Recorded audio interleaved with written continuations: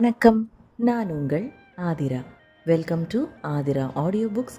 ராதையை கண்டு கொண்ட Kannan season 3 chapter 43ல் என்ன நடந்ததுன்னு பார்க்கலாமா? அந்த புறம் சர்வேஷ் எந்த பதிலும் அளிக்கவில்லை.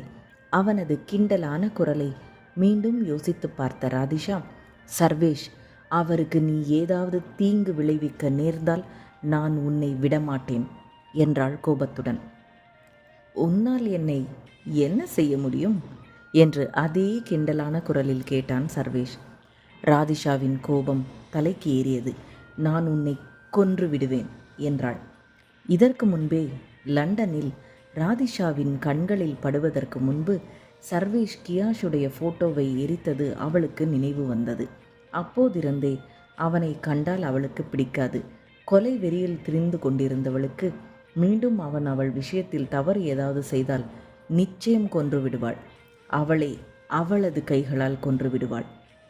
என்னை கொல்வாயா என மீண்டும் கிண்டலான குரலில் கேட்டான் சர்வேஷ். அதனால்தான் சொல்கிறேன், மீண்டும் இதை பற்றி யோசிக்காதே, அல்லது நிச்சயம் நான் உன்னை கொன்று விடுவேன் என்றாள் ராதிஷா பல்லை கடித்து கொண்டே. கவின் யாதவ் இந்த மாநிலத்தின் முதலமைச்சராக வீற்றிருப்பவன். அவனுக்கு கீழ் எத்தனை படைகள் வேலை செய்கின்றன? அவனது ஆட்கள் எவ்வளவு பலமானவர்கள் என்பது உனக்கு தெரியாதா? அப்படி இருக்கும் பட்சத்தில் நான் அவனுக்கு என்ன தீங்கு செய்ய முடியும் என கேட்டான் சர்வேஷ். அவனது குரலில் இப்பொழுது மாற்றம் தெரிந்தது. ராதிஷா பதில் எதுவும் சொல்லாமல் யோசனையில் இருந்த பொழுது மீண்டும் தொடர்ந்தான் சர்வேஷ். ஆகையால் ராதிஷா, நீ கவின் யாதவ் பற்றிய தேவையில்லாத பயத்தை விட்டுவிட்டு உன் வேலையை பார். நீ எதிர்பார்ப்பதை விட கவின் யாதவ் ரொம்ப பவர்ஃபுல்லான பர்சன் என்றான் சர்வேஷ். சொல்லி முடித்த வேகத்தில் ஃபோனை வைத்து விட்டான் சர்வேஷ். அதற்கு மேல் அவன் ராதிஷாவின் பேச்சை கேட்க தயாராக இல்லை. அவனுக்கு நன்றாகவே தெரியும், புத்தகத்தை அதன் அட்டையை வைத்து மதிப்பிடக்கூடாது. கண்ணெதிரில் பார்க்கும் அனைத்தும் உண்மை இல்லை என்று. இதை ராதிஷாவிற்கு புரிய வைக்க முயற்சி செய்தால் அவள் மீண்டும் பேச்சை வளர்ப்பாள். அவளது பேச்சு முழுவதும் கவின் யாதவ் பற்றியதாக மட்டுமே இருக்கும். அதை கேட்க சர்வேஷுக்கு அவனையும் அறியாமல் கோபம் கொந்தளிக்கும். அவனது மனம் புண்படும். எங்கோ ஏதோ அவனிடமிருந்து நழுவிச் செல்வது போல் உணர்வான். அந்த வலியை தாங்க முடியாமல் ஏதேனும் உண்மையிலேயே தவறு இழைத்து விடுவானோ என்று பயந்தான். ஜன்னல் அருகில் சென்று நின்றவன் ராதிஷா இருக்கும் திசையை நோக்கி பார்த்தான். அவனையும் மீறி ராதிஷா என்று மனமுருகி அழைத்தான். சற்று நேரத்தில் எல்லாவற்றையும் நிறுத்திவிடு. உனது வாழ்க்கையில் என்ன மீதமிருக்கிறது என்று திரும்பிப்பார் என்றது அவனது மனம். திரும்பிப்பார் என்று மீண்டும் சொல்லி பார்த்தான் சர்வேஷ். அவனுக்கு நன்றாகவே தெரியும், இந்த ஜென்மத்தில் ராதிஷா அவளது கியாஷை தவிர அவளது வாழ்க்கையில் யாரையும் ஏற்க மாட்டாள் என்று. ஏன் ராதிஷா மட்டும் அவனை திரும்பி பார்க்கவில்லை? இத்தனை வருடங்களாக அவளுக்கு துணையாக அவன் இருந்திருக்கிறான். என்றோ எப்போதோ சிறு வயதில் விட்டு சென்ற அந்த கியாஷ் அவளுக்கு ஏன் அவ்வளவு முக்கியமாகி போனான்? அவன் அவள் அருகில் இருந்தவரை அவளை நன்றாக பார்த்து கொண்டான். இல்லை என்று சொல்லவில்லை. ஆனால் அவன் அவளை விட்டு பிரிந்து சென்ற பின்பு சர்வேஷ் தானே இத்தனை வருடங்களாக அவளுக்கு துணையாக நின்றிருந்தான். ஆனாலும் ஏன் ராதிஷா அவனது அன்பை புரிந்து கொள்ளவில்லை?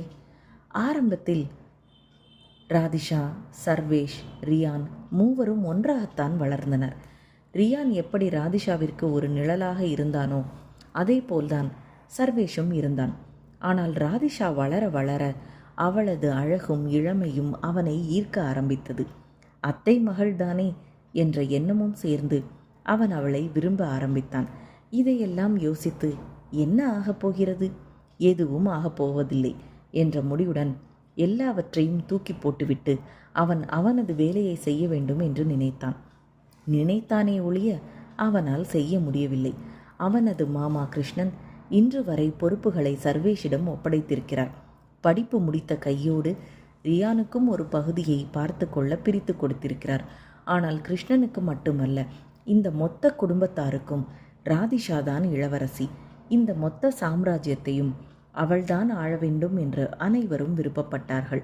கிருஷ்ணனின் மொத்த சாம்ராஜ்யத்தின் இளவரசி ராதிஷாவை கிருஷ்ணனின் இடத்தில் அமர வைக்க முடிவு செய்த அந்த நேரத்தில் எதை பற்றியும் கவலைப்படாமல் அது தனக்கு தேவையில்லை என்ற முடிவுடன் கியாஷை தேடி சென்று விட்டாள் ராதிஷா.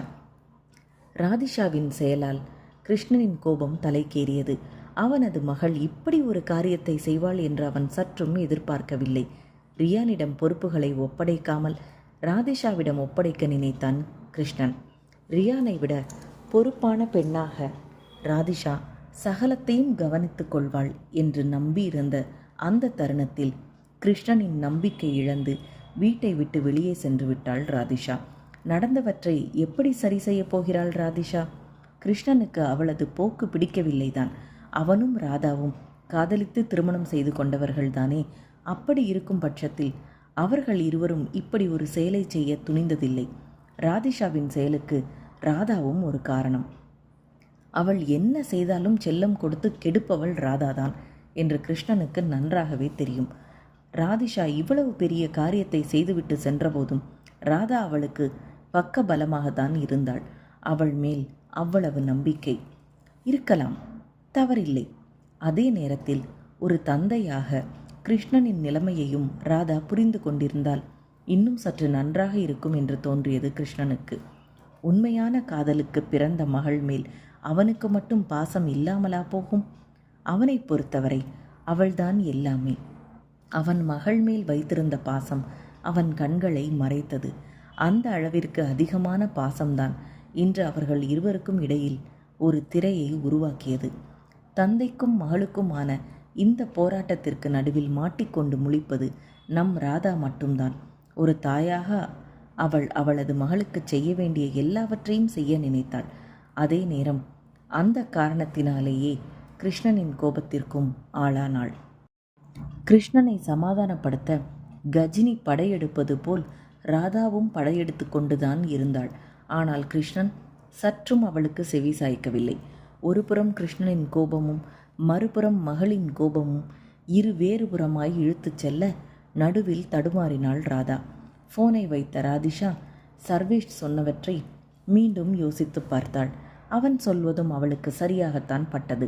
ஒரு மாநிலத்தின் முதலமைச்சராக முன்னேற தெரிந்தவனுக்கு இதெல்லாம் மிகவும் சாதாரணமான விஷயம்தான்.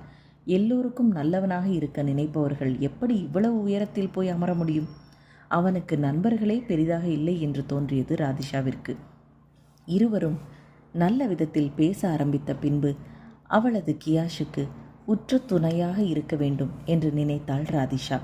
ஏதேதோ கியாஷை பற்றிய யோசனையில் மூழ்கினாள் ராதிஷா.